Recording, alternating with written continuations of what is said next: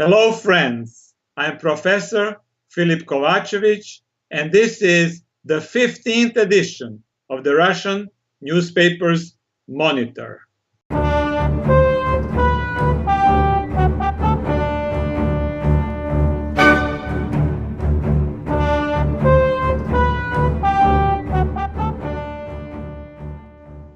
I hope you are doing well today.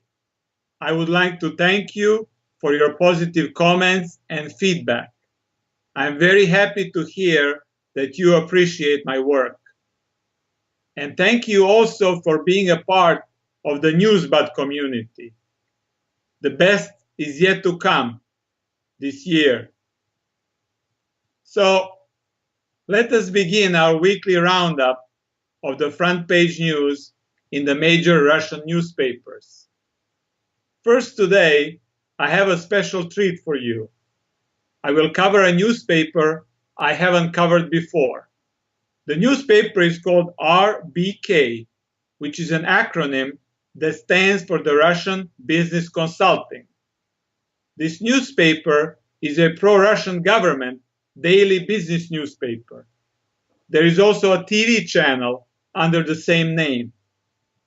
Let's look at the front page for the edition for January 10th, 2017. Here we find a big color photograph of Alexei Miller, the chairman of the board of the Russian natural gas giant Gazprom. In the photograph, Miller is placing a painted depiction of the Russian flag on the pipe of the Gazprom gas pipeline. The article headline states that Miller spoke of the breaking of the historical record for the Russian gas exports in 2016. The article reports Miller's statement made on January 9, 2017, that Gazprom set a new record in terms of its exports to Europe and Turkey in 2016. According to Miller, Gazprom exported 179.3 billion cubic meters of gas, which is 12.5% more than in 2015. He stated that this meant that there was an increased demand for the Russian gas outside Russia, which Gazprom was able to fulfill very successfully. Miller emphasized that Gazprom exported more gas at this time than at any other time in history, whether in the Soviet or the post-Soviet period. Since the beginning of 2017, Gazprom already broke the daily export record 3 times. The latest was on Sunday, January 8th, and it totaled around 622 million cubic meters. According to the experts contacted by the newspaper, one of the reasons for these record sales is the low price of natural gas. The GL asset management analyst Sergei Vakhrameyev stated that the gas price, just like the oil price, to which the gas price is tied with a 6 to 9 months time lag, has been uncommonly low this year. This led to the Western European countries, especially Germany, to use the opportunity to fill up their reserves. In addition, according to Dmitry Alexandrov, the deputy director of the investment company Univer, the current very cold weather in Europe, as well as the uncertainty about the political stability in Ukraine, influenced the higher demand for the Russian gas. However, the asset management analyst Vakhrameyev cautioned that this trend might not last much longer because the oil price has recently risen to more than $50 per barrel, which is almost 50% higher than last year at this time. This will also make the Russian gas more expensive to the European customers.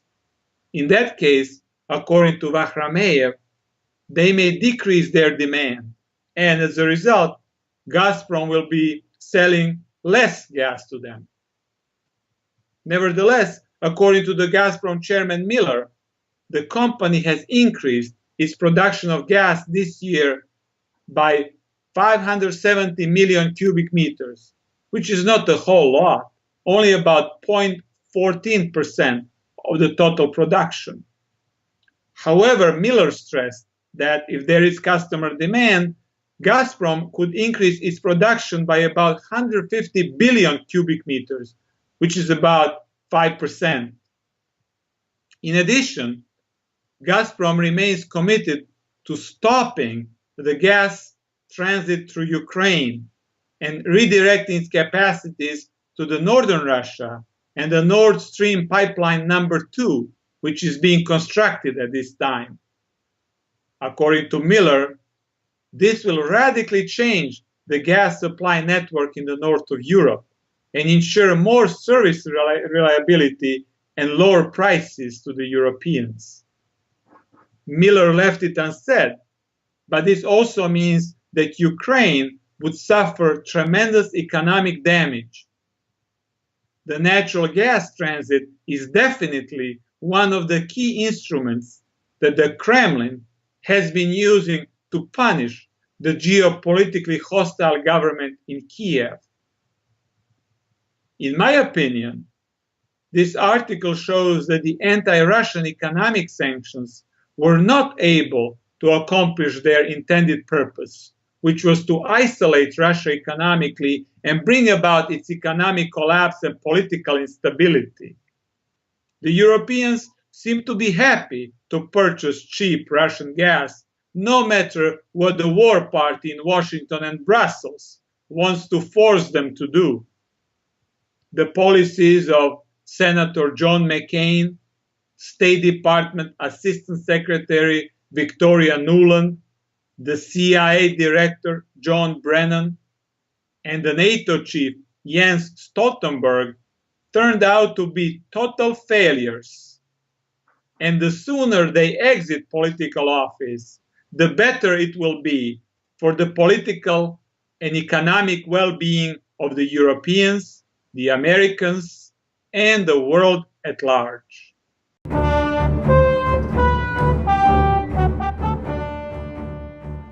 Now, let's go to Kommersant, which is the main liberal newspaper in Russia and is frequently critical of the Russian government, especially in terms of its economic policy. Let's look at the front page for the edition for January 11, 2017. In the lower left corner, there is an article on the upcoming negotiations on the resolution of the Syrian conflict in Astana, the capital of Kazakhstan, under the suggestive title, Astana cannot support the three, which refers to Russia, Turkey, and Iran. The subtitle claims that in the negotiations over Syria, Russia has placed its trust in the alliance with Turkey. The article reports that the last-minute preparations are being made for the Syrian conflict resolution negotiations scheduled to begin on January 23rd in Astana. It states that negotiations are taking place under the auspices of Russia, Turkey, and Iran, but that in this geopolitical triangle, Russia has made a close alliance with Turkey and not with Iran. According to the article, for the first time since the beginning of the war, Russia and Turkey are undertaking joint military operations against the Islamic State. The article states that the Russian calculus on the alliance with Turkey is the following: to take the geopolitical initiative from the West and also to limit the influence of Iran, which insists on the Syrian president Bashar al-Assad staying in power. The article reports that the Astana conference preparations, which is scheduled to have its second round in Geneva on February 9th, include intensive diplomatic activity of the Russian President Putin's special representative on the Middle East, Deputy Foreign Minister Mikhail Bogdanov. Bogdanov met in Moscow with Kadri Jamil, who is one of the leaders of the Syrian opposition.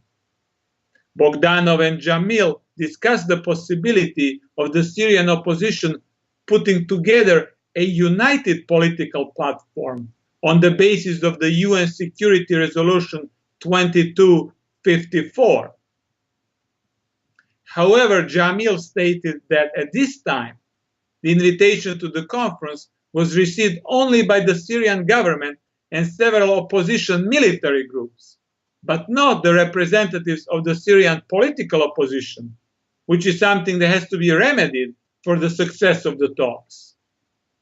He also supported the idea of a united platform, whereas at this time there are several opposition platforms. The article also reports that the Syrian president Assad stated his opinion about the negotiations during the meeting with a group of the French parliamentary deputies. Assad said that he was ready to negotiate with the representatives of 91 Syrian opposition groups, all except the Islamic State and the Jabhat an-Nusra. The similarly positive view was also expressed by the Turkish president Recep Tayyip Erdogan. The article quotes Erdogan as saying that the current ceasefire, even though it is sporadically being violated, opens up a great window of opportunity, and we hope that the crisis in Syria will find a political resolution soon. However, the article points out that there are several significant challenges to the success of the negotiations. The first has to do with the makeup of the opposition. The article emphasizes that Assad said that he was willing to negotiate with what he called genuine opposition, the opposition that has its roots in Syria, and not the Saudi, French, and British-sponsored opposition. However, according to the article, it was unclear who was in charge of deciding which opposition is genuine and which is not. Secondly, in his remarks, Assad criticized the Turkish President Erdogan, saying that he did not trust him because he was, quote, an Islamist.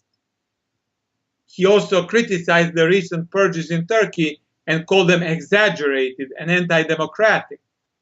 Another challenge for the negotiations is the fighting that continues near Damascus, in the valley of Wadi Barada, where the Syrian government forces are fighting against the militants of Jabhat Fath al-Sham, formerly Jabhat an-Nusra. In his statement, Assad claimed that this was necessary because the militants threatened to cut off the water supply to Damascus.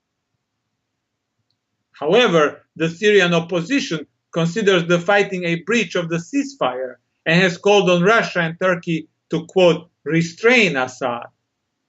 According to the article, the claims of Assad also obtained support from the Admiral Ali Shahmani, the secretary of the Iranian National Security Council, who is visiting Syria at this time. Shahmani accused the Syrian opposition of using the ceasefire to regroup and planned further attacks on the government troops and the Syrian civilians. The article hints that Shahmani was also not too pleased with the increasing Russian-Turkish collaboration.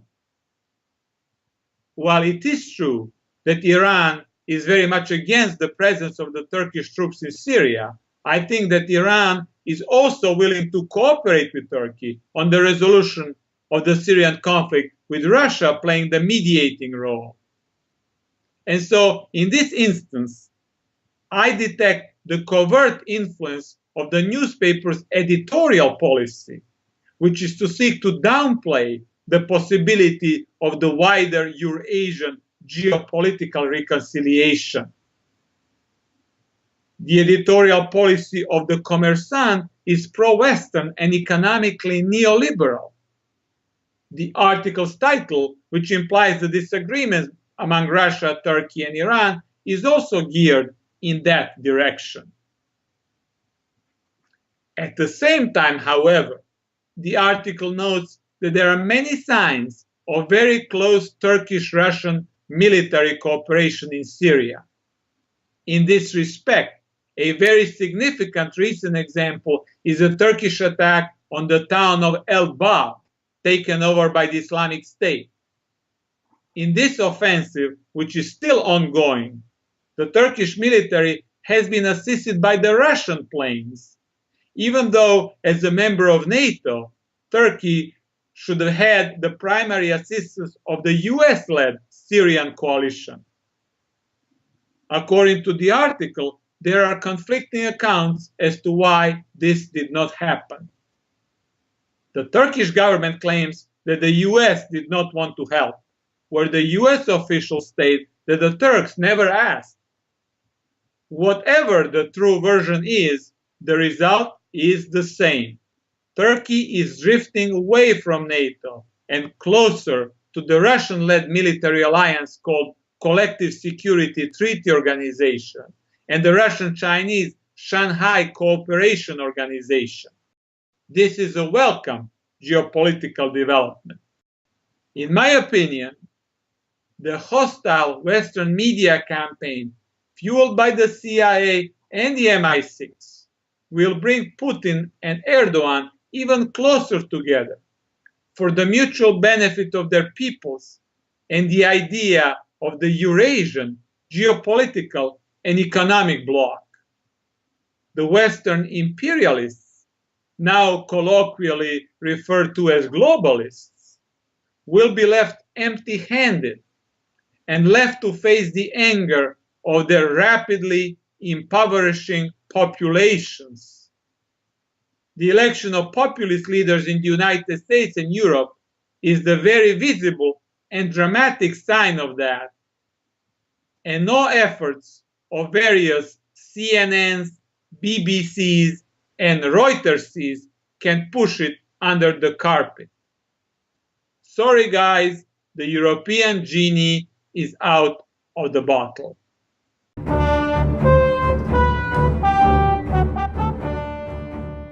Now, let's move to the front page of Izvestia, the moderate pro-government newspaper, the edition for January 10, 2016. On the front page, there is an interview with Vitaly Churkin, the Russian representative in the Security Council of the United Nations. The title of the interview is the quote by Churkin, which says, "Some members of the Security Council are stirring up the conflict in Syria." The subtitle explains that in the interview, Churkin talked about the most important events for the UN diplomacy in the past year and the prospects of the Russian-advocated international coalition against terrorism. Churkin emphasized that last year was full of events, but stated that he thought that the balance sheet for Russia and the UN was positive. He noted that the UN Security Council unanimously approved the new UN chief, the veteran Portuguese diplomat Antonio Guterres. He also praised the 2030 UN Agenda for Global Economic Development. Churkin stated that Russia focused its UN activities on the protection of what he called historical memory and against the falsification of history. He stressed that the UN General Assembly, with the vast majority, voted in support of the Russian-sponsored resolution on combating neo-Nazism and the glorification of fascism. Churkin also claimed that Russia worked on the strengthening of international law and its various regulations. Churkin said that the most dynamic and intensive debate in the Security Council this year was about the situation in Syria. According to him, there are several countries, and here he obviously thought of the United States and Britain, but did not mention them, which are more interested in the overthrow of the Syrian government than in the peaceful resolution of the conflict. It was only at the end of 2016 that it was possible to pass two Security Council resolutions, 2328 and 2336, which opened the possibility of a sustainable ceasefire. Churkin emphasized that these resolutions were the result of joint Russian-Turkish efforts. He also noted that the outgoing US representative in the UN, Samantha Powell, proved increasingly unsuccessful in obtaining votes for the US initiatives in the Security Council. For instance, quite recently, for the US-sponsored resolution on the arms embargo for South Sudan, the US got only 7 votes, and 9 was required for the passage. Churkin said that he hoped that the new Trump administration would have a less confrontational approach than was the case with the Obama appointees. Churkin also recalled the Russian efforts to put together an international coalition for the fight against terrorism. Both the Russian President Putin and Foreign Minister Lavrov advocated this idea during the annual UN General Assembly meetings. However, according to Churkin, some countries seem reluctant to work with Russia, which is, in the long run, very damaging for global political stability. In my opinion, in this interview, Churkin demonstrated that he was a sophisticated practitioner of diplomatic style and rhetoric. He did not use any harsh words or mention the geopolitical opponents by name. Still, he was able to convey his dissatisfaction with the behavior of the Western powers. He emphasized that the aggressive style of the outgoing US ambassador in the UN backfired, and that the United States was losing allies in the Security Council.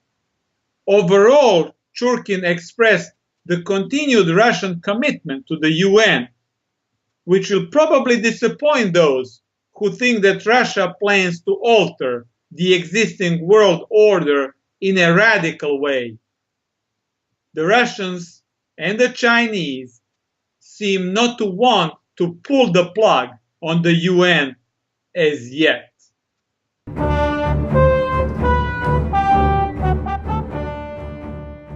We'll stay with Izvestia, the moderate pro-government newspaper, and we look at the front page of the edition for January 12, 2017. Here on the front page, there is a photo from January 11th press conference by the US President-elect Donald Trump. The title quotes his words from the conference. There is no reset button. We are either going to get along or we are not. The subtitle explains that the Russian politicians and experts gave their opinion on Trump's statements. The article reports that the President-elect Donald Trump gave his first press conference since getting elected, and that the conference lasted for about an hour. The article notes that the current thinking in Russia is that Trump found himself under a very strong pressure from the anti-Russian political forces. Still, however, he appears committed to correct the existing US policy toward Russia in the direction of more pragmatic and positive mutual relations. The article quotes Trump as saying that he hoped that Russia and the United States would get along, but that it is also possible that they won't. The article reports the reaction to Trump's press conference by Konstantin Kosachev, the chairman of the International Affairs Committee in the upper house of the Russian parliament, the Federation Council. Kosachev stated that it was obvious that Trump was under, quote, monstrous pressure by those who are against improvement in the relations between the US and Russia. According to Kosachev, Trump was buying time and did not make any definitive statements either for or against Russia. Kosachev thought that it was too early for that. In his opinion, while the relations between the countries might not become easier under Trump, there was a chance that they will be more pragmatic. Another Russian politician, Alexei Pushkov, who is a member of the Federation Council's Defense and Security Committee, agreed with Kosachev. He stated that in the current hysteria surrounding the alleged Russian meddling into the US election process, it was not possible for Trump to completely isolate himself from the pressure. According to Pushkov, Trump had to take into consideration the anti-Russian attitudes of many in the political and media sphere and could not make more positive comments about Russia. Pushkov recalled that during the election campaign, Trump stated that the US and Russia could cooperate in the fight against terrorism. However, it was too early to expect any concrete steps in that direction, especially because Trump did not yet enter the White House. According to Pushkov, the vast majority of Washington insiders and US political elite want to force Trump to continue Obama's policies toward Russia.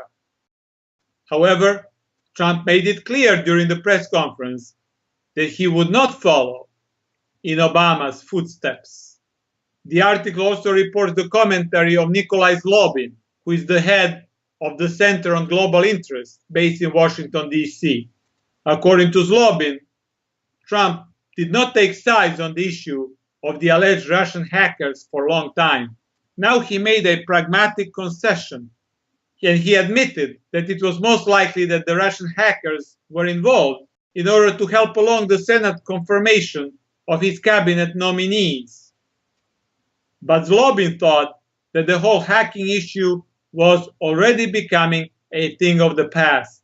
By next summer, he expected serious positive changes in the US policy toward Russia. He stated that both Trump and Putin cherish the image of pragmatic politicians outside of rigid ideological schemes, and that therefore there was no reason not to expect them to get along for the benefit of both Americans and Russians. In my opinion, Zlobin may be too optimistic and underestimate the power of the anti-Russian lobby in the United States.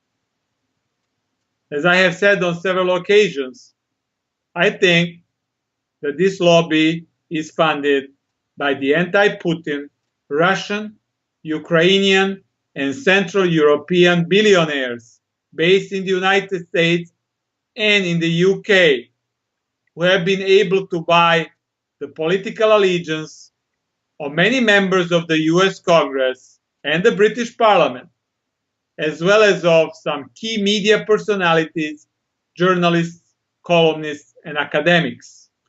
This war network has no plans to give up.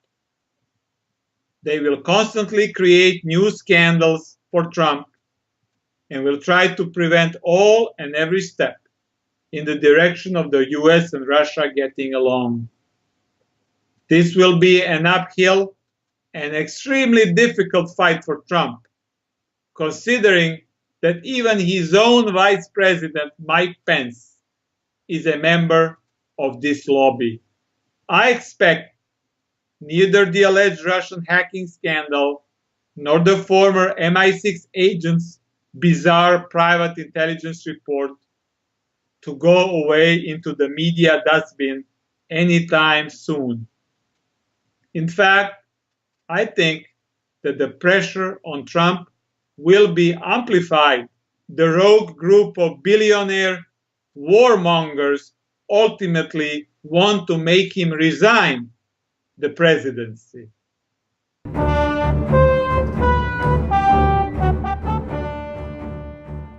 Lastly today, let's look at the Russian semi-tabloid press, the newspaper Komsomolskaya Pravda, the edition for November 11, 2017. On the right side of the front page, there is a photo of the outgoing US President Barack Obama. The article is entitled, How Komsomolskaya Pravda and Zhirinovsky Hacked the Brain of Obama. The subtitle explains that the Komsomolskaya Pravda article, in which the leader of the Russian pro-government Liberal Democratic Party, Vladimir Zhirinovsky, stated that he would, quote, drink champagne if Donald Trump won the election, made it into the declassified report on the alleged Russian hacking released jointly by the CIA, the FBI, and the NSA. This article is also written by the same author who wrote the Zhirinovsky piece, Yelena Chinkova. She writes that she was in the US in September to cover the US presidential campaign for Komsomolskaya Pravda. Knowing that many people in Russia compare Zhirinovsky to Donald Trump based on their populist rhetoric, she bought a Donald Trump t-shirt for Zhirinovsky. On the occasion of giving the t-shirt to him, she also conducted an interview asking Zhirinovsky about various US candidates and the state of the US-Russian relations. It was then that Zhirinovsky stated that he would drink champagne if Donald Trump got elected. He also promised to send an entire box of champagne to the Komsomolskaya Pravda editorial staff. The article, which included this statement by Zhirinovsky, was published in the November 1st issue of the newspaper and evidently made it into the US intelligence report. What more proof do you need that at the CIA, just like we are doing here, they're also reading the Russian tabloids? In the end, Zhirinovsky, unlike many other politicians, proved true to his word and did send a box of champagne to the staff of the newspaper. When the US intelligence report was published, Chinkova contacted Zhirinovsky again and asked him what he thought about all of this. Zhirinovsky said that when he mentioned drinking champagne, he only stated his opinion, and that everybody had the right to analyze presidential candidates in any country. Zhirinovsky also noted that the United States not only analyzed the Russian presidential elections, but was actively involved on the ground in Russia to get Boris Yeltsin elected president in 1996. Zhirinovsky emphasized that this did not mean that the Russians did anything concerning the US presidential election, except expressing opinions as to what would be in the best national security interests of their country. However, he did say that he was delighted that at the CIA they believed that he had so much influence over the American voters. In my opinion, this article clearly seeks to ridicule the findings of the declassified report by the US intelligence community on the alleged Russian hacking. In fact, this report, in my opinion, is below professional standards for any intelligence agency, especially the segment on the RT TV channel, which any good political science university students could have written. And I'm sure that he or she would have used more recent sources than the fall of 2012. The releasing of this report was an extremely bad PR for the US intelligence community. Whoever is behind releasing it in this format and with such embarrassing, low-quality content deserves to be fired. However, there is no doubt in my mind that at the CIA and at their transatlantic friends MI6, they still have plenty of anti-Trump tricks up their sleeve, which they will put into motion very soon.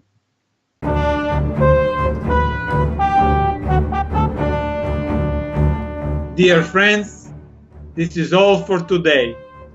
Thank you for your time. Be cool and stay cool until the next edition of the Russian newspaper's Monitor. If you found this video useful, share it. Newsbud presentations are only made possible by our viewers. Subscribe to newsbud.com today to become part of the Newsbud community, where soon you will find exclusive content only available to our subscribers.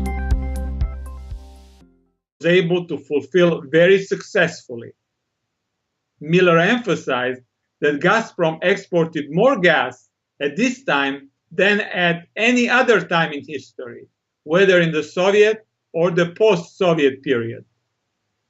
Since the beginning of 2017, Gazprom already broke the daily export record 3 times. The latest was on Sunday, January 8th, and it totaled around 622 million cubic meters. According to the experts contacted by the newspaper, one of the reasons for these record sales is the low price of natural gas. The GL asset management analyst Sergei Vakhrameyev stated that the gas price, just like the oil price, to Russian flag on the pipe of the Gazprom gas pipeline. The article headline states that Miller spoke of the breaking of the historical record for the Russian gas exports in 2016. The article reports Miller's statement made on January 9, 2017, that Gazprom set a new record in terms of its exports to Europe and Turkey in 2016. According to Miller, Gazprom exported 179.3 billion cubic meters of gas, which is 12.5% more than in 2015. He stated that this meant that there was an increased demand for the Russian gas outside Russia, which Gazprom was. Hello, friends. I'm Professor Filip Kovacevic, and this is the 15th edition of the Russian newspaper's Monitor.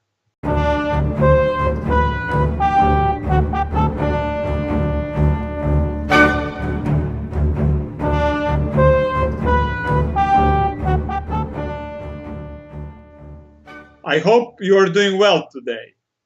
I would like to thank you for your positive comments and feedback. I'm very happy to hear that you appreciate my work. And thank you also for being a part of the Newsbud community.